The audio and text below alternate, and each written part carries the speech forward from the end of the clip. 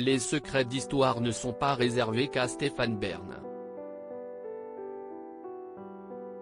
La famille royale d'Espagne va prochainement être au cœur d'un podcast d'investigation réalisé par le journaliste Bradley Hope, divisé en plusieurs épisodes, intitulé Corina and the King, qui reviendra donc sur la liaison que le roi Juan Carlos Ier a entretenue, pendant 5 ans, avec son ancienne maîtresse Corina Tsusinvite-Junstein-Saint.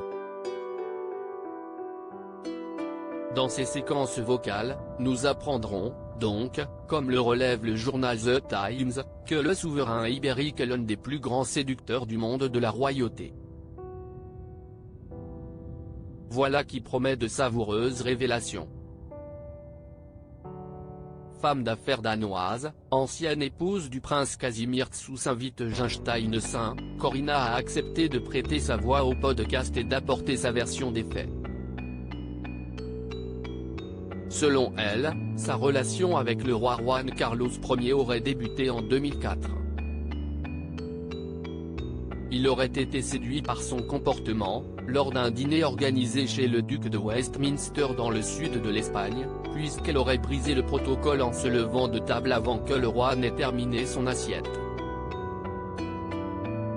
Il l'aurait ensuite séduite en lui envoyant des fleurs et des lettres quotidiennement et en l'appelant 10 fois par jour, en utilisant une fausse identité. Il ne signait pas ses missives Juan Carlos. Mais Mr Sumer, un savant raccourci pour Su Majestad el Rey, s'y estie à dire Sa Majesté le Roi. Un brin insistant, il avait toutefois su toucher la corde sensible de Corina Tsusinvite-Junstein-Saint qui trouvait la situation amusante bien que persistante et un peu déséquilibrée. Elle aurait fini par y prendre goût et aurait considéré son amant comme un véritable mari. Un mari de cœur, en tout cas, la relation n'étant pas officielle sur le papier.